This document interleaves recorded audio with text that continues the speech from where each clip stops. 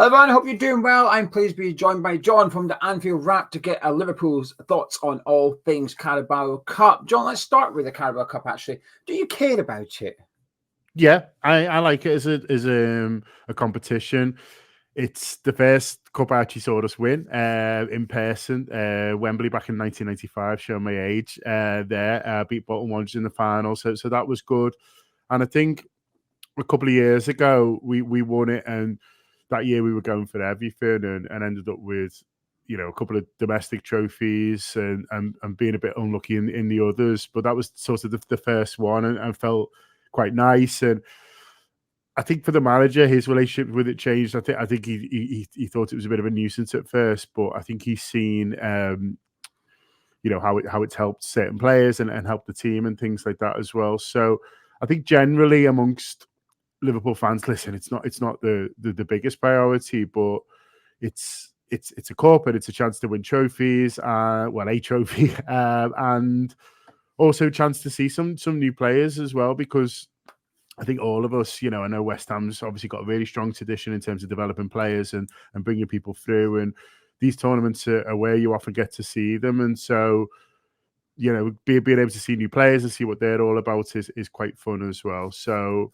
yeah, I'm positive. I'm pro. And whenever there's any talk about getting rid of it, I always think it's a little bit of a shame. But luckily, it feels here to stay now, which is good. If you had to get your crystal ball out and you sort of guess how strong Klopp will go, obviously you've just played Man United, you've got Arsenal coming up at weekend, you're bang in the title race. We'll get on to that in a minute. Obviously got Europa League coming up around the corner as well, and traditionally Klopp does or will rotate his side in this competition. Do you think he'll still do the same against West Ham, or given it's the quarterfinal stage, do you think he'll maybe just take it a little bit more serious? Yeah, it's a tough one to predict, really.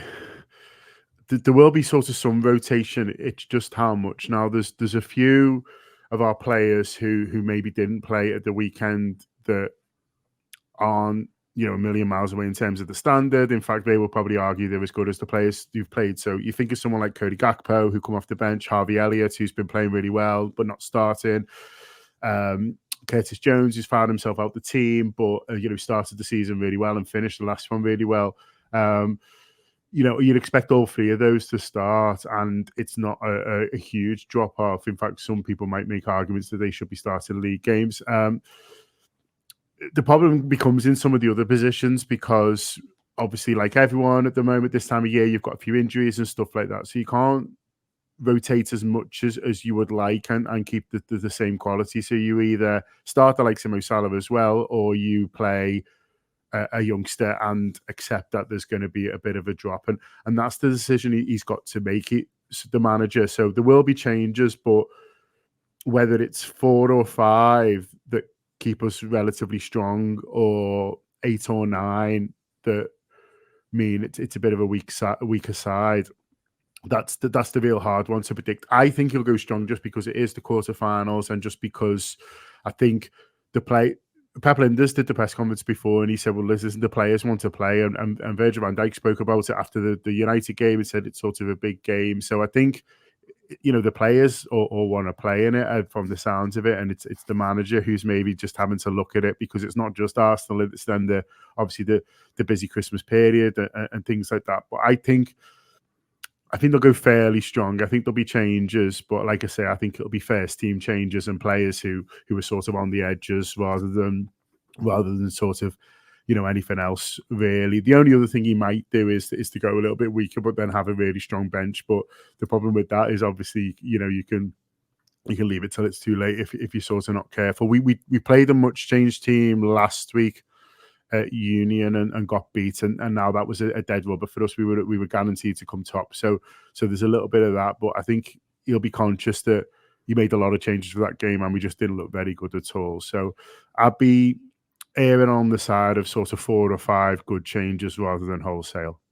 Obviously this is going to give your prediction away at the end of the video, but do you fancy your chance of winning this competition, given like Manchester City's out, etc., etc.? Chelsea are playing Newcastle tonight as well, so do you fancy you could go on and lift this?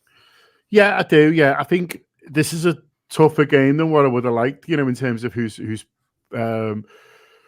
who's left. When we got West Ham at home, it's sort of trickier because I think you guys, are going to be up for it. And, you know more, obviously, way more about West Ham than me, I do. But when I've been watching them this season, you guys do blow so hot and cold. But on your day, you're a fantastic side. You can cause, anyone a lot of problems and will cause us. So I think it's a dangerous one on Wednesday. I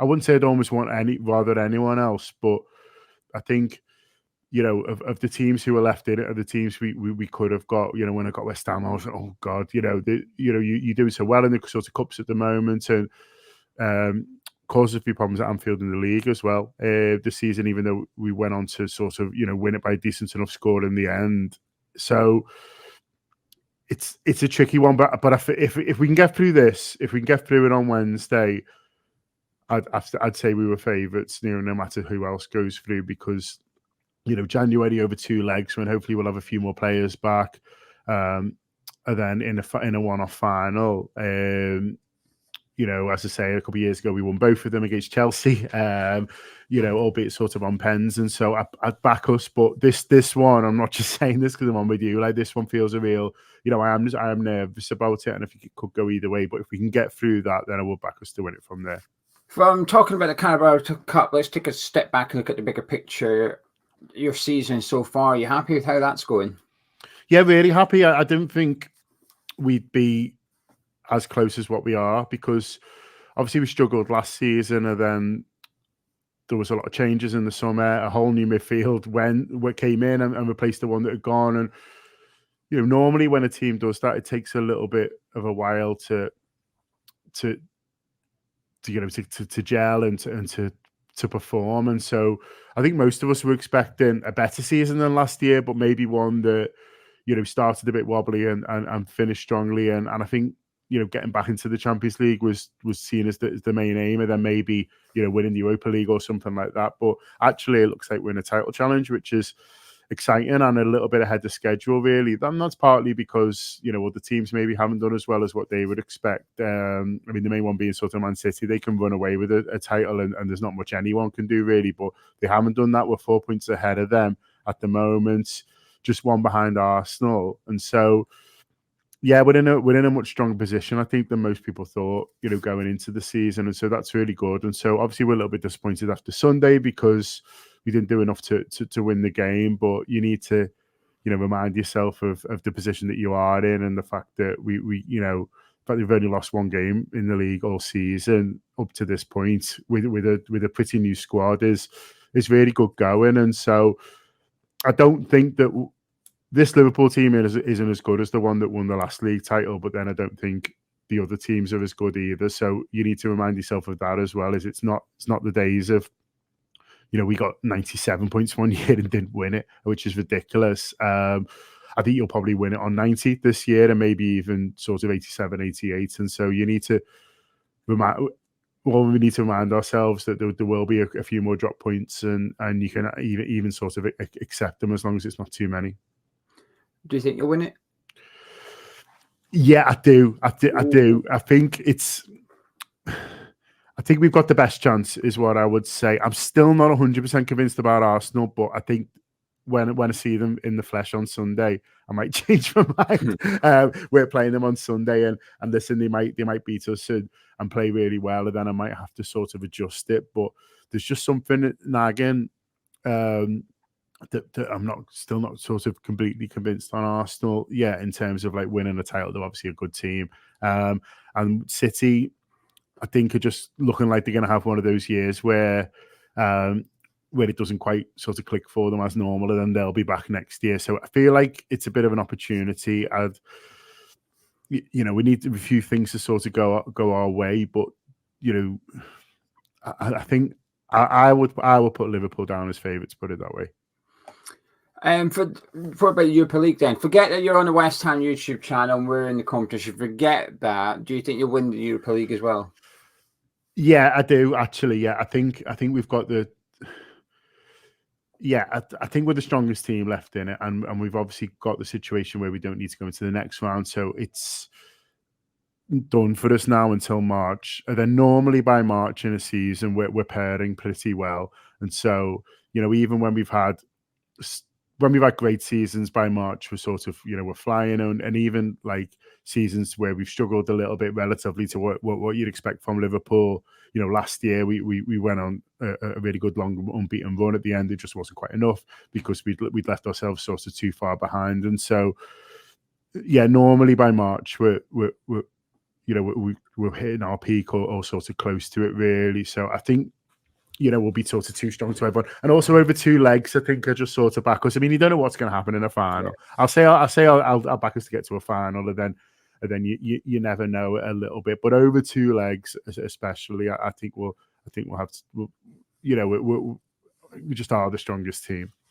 For any West Ham fan watching this that hasn't seen much of Liverpool thus far this season, which players are in form / should we be keeping an eye out for?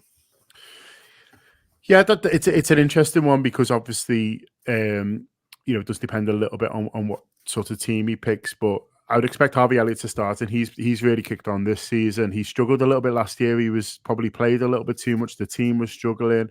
The midfield was struggling, and he was sort of plonked into it. And so he had a very tough year, but it wasn't all his fault. This year, he looks confident again. He looks past, close to the player that we know he can become. He's a confident lad. He strikes the ball well. He's scored a really good winner against Crystal Palace, and so I think he's one who is you'll definitely have to keep an eye on in this game, because I expect him to start, and I expect him to play well in this game.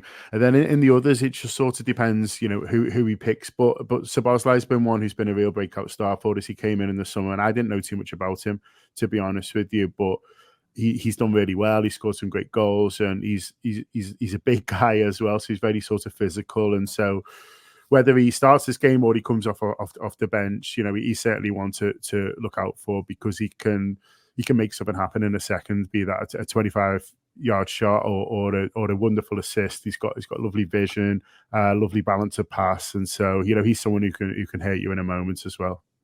From your team to my team, what do you make of West Ham?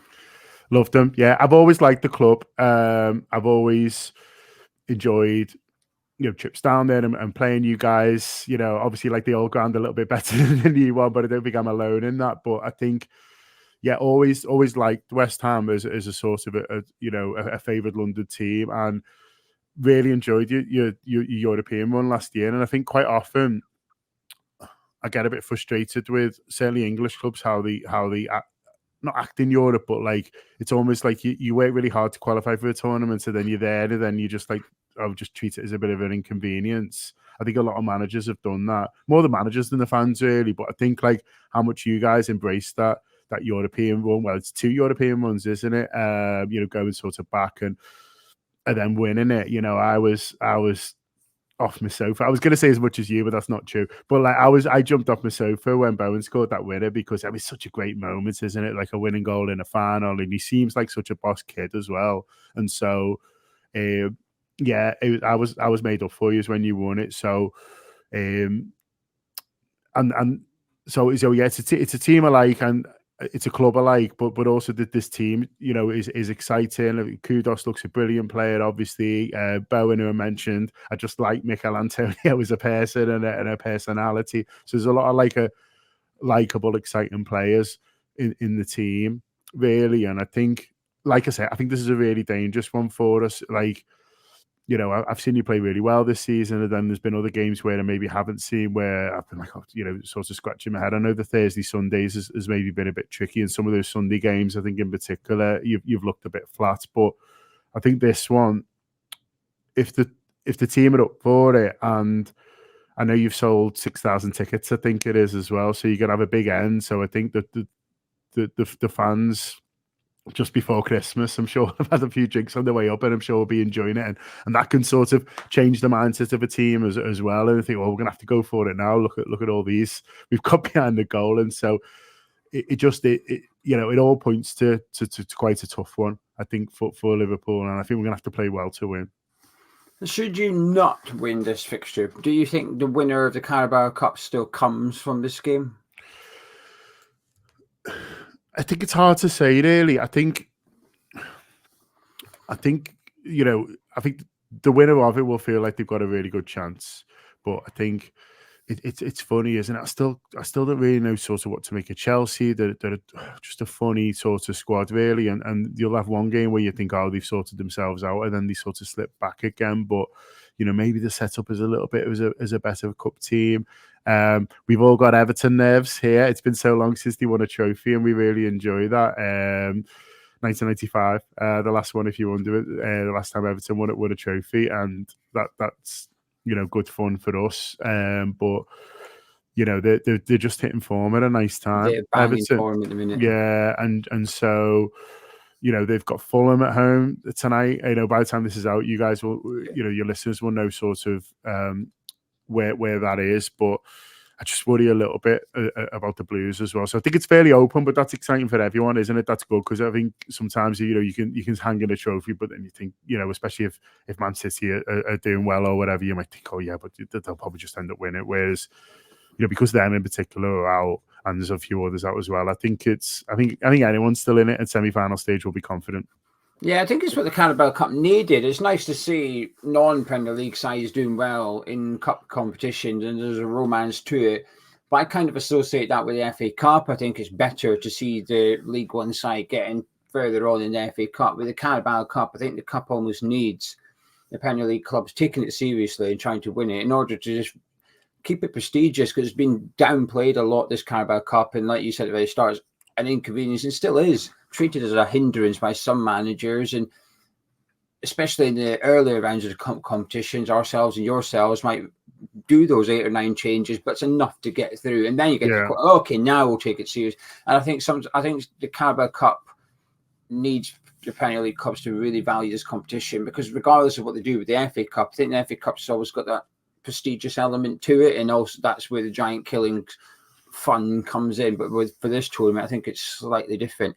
How do you see tomorrow night going then? And can I get your score predictions, please, John? I think it's going to be a tricky one. I think, like I say, I think we'll need to play well to win. I think we'll probably just do enough, but that's maybe going with heart as much as we're head. So I'm going to go with a 2-1 Liverpool win, but I wouldn't surprise me if it goes to penalties. Fantastic. Well, John, thank you very much. Much appreciated. If you would like to see and hear more from John, head over to the Anfield Wrap. I'll put a link in the description below. If you enjoyed this video, please do drop a like on it by clicking thumbs up, subscribing to Tom's chat. I'll catch you in a bit.